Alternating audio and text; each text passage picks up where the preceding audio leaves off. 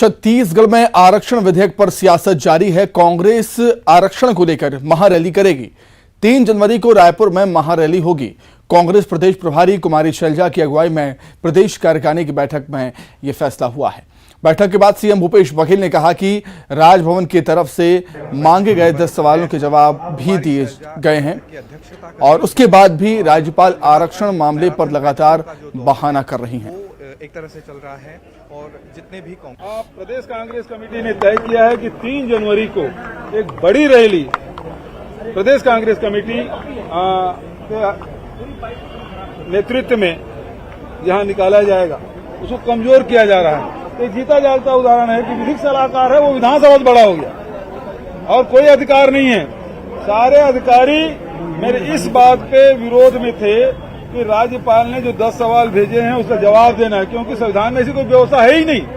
फिर भी मैंने राज्यपाल की जीत को ध्यान में रखते हुए छत्तीसगढ़ के 3.25 करोड़ जनता जो आरक्षण में चाहे ईडब्ल्यूएस हो, पिछड़े वर्ग हो, अनुसूचित जाति हो, जनजाति सबके लिए तो वो लागू हो जाए और कम से कम इसका जो ईगो है वो सेटिस्फाई हो जाए, इसलिए मैंने जवाब दिया। लेकिन अब फिर से वो बहाना ढूंढे, परीक्षण कराऊंगी, मतलब विधानसभा से बड़े होगी वो।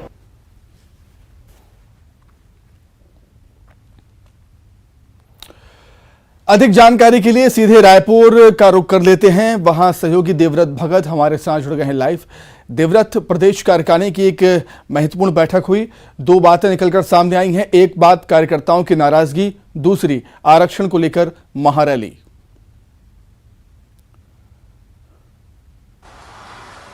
जी, प्रदेश प्रभारी की जिम्मेदारी मिलने के बाद कुमारी शैलजा का ये पहला दौरा था और एक तरह से मैराथन बैठकें चली है। पहले प्रदेश कार्यकारिणी की बैठक तकरीबन 3 घंटे तक के चली है और उसके बाद ब्लॉक और जिला अध्यक्षों की बैठक ली गई। जो सूत्रों के हवाले से खबर आई कि पहली ही बैठक में कार्यकर्ताओं की जो नाराजगी है माननीयों के प्रति, यानी विधायकों और मंत्रियों के प्रति, वो देखने को मिली और एक तरह से खुल करके ब्लॉक अध्यक्षों ने शिकायत की है कि जो विधायक हैं और मंत्री हैं वो उनकी सुनते नहीं। हालांकि सरकार के कामकाज की तारीफ भी एक तरह से उन्होंने की है कि सरकार जो है वो बेहतर ढंग से काम कर रही है, लेकिन जो विधायक हैं वो एक तरह से कार्यकर्ताओं की नहीं सुन रहे हैं, संगठन के पदाधिकारियों की नहीं सुन रहे हैं। तो कुल मिलाकर के सत्ता और संगठन के बीच की जो खाई है वो यहाँ पर दिखाई दी। और अब क्योंकि प्रदेश प्रभारी की जिम्मेदारी कुमारी शैलजा को मिली है, तब उनके पास ये चुनौती है कि इस खाई को पाटा जाए, क्योंकि अगले साल चुनाव है और चुनाव से ठीक पहले अगर कार्यकर्ताओं की इस तरह की नाराजगी सामने आती है और वो भी पहली ही बैठक में, तो निश्चित तौर पे ये सत्ता और संगठन दोनों के लिए मंथन का विषय है और चिंतन का विषय है। दूसरी बात रही आरक्षण की, तो पहली ही बैठक में ये तय कर लिया गया कि आने वाले दिनों में अब कांग्रेस जो है वो आंदोलन करने वाली है। आंदोलन का सीधा सा मतलब यह है कि एक तरह से महारैली का आयोजन कांग्रेस करने जा रही है। 3 जनवरी को ये महारैली निकलेगी और क्योंकि पूरा आरक्षण का पेंच है वो राजभवन में अटका हुआ है और एक तरह से राज्यपाल की भी नजर है कि इस तरफ से सत्ता पक्ष की तरफ से क्या कुछ बयान आ रहे हैं। अब तक जो बयान आ रहे थे, बार बार रिक्वेस्ट एक तरह से सरकार की तरफ से किया जा रहा था और वो निवेदन की शैली में बयान होते थे, जिसमें कि राज्यपाल से बार बार ये दरख्वास्त की जा रही थी कि वो विधेयक पर जो है दस्तखत कर दें।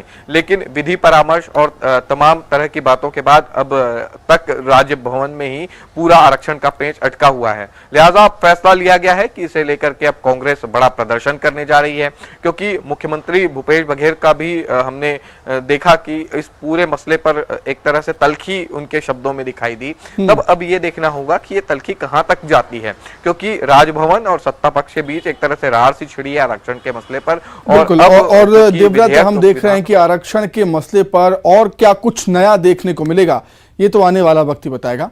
फिलहाल बहुत धन्यवाद आपको जुड़ने के लिए और तमाम बातचीत के लिए। आगे बढ़ते हैं। रायपुर के स्काई वॉक निर्माण में अनियमितता सामने आने के बाद राज्य सरकार एक्शन में आ गई है और इसकी जांच एसीबी और ईओडब्ल्यू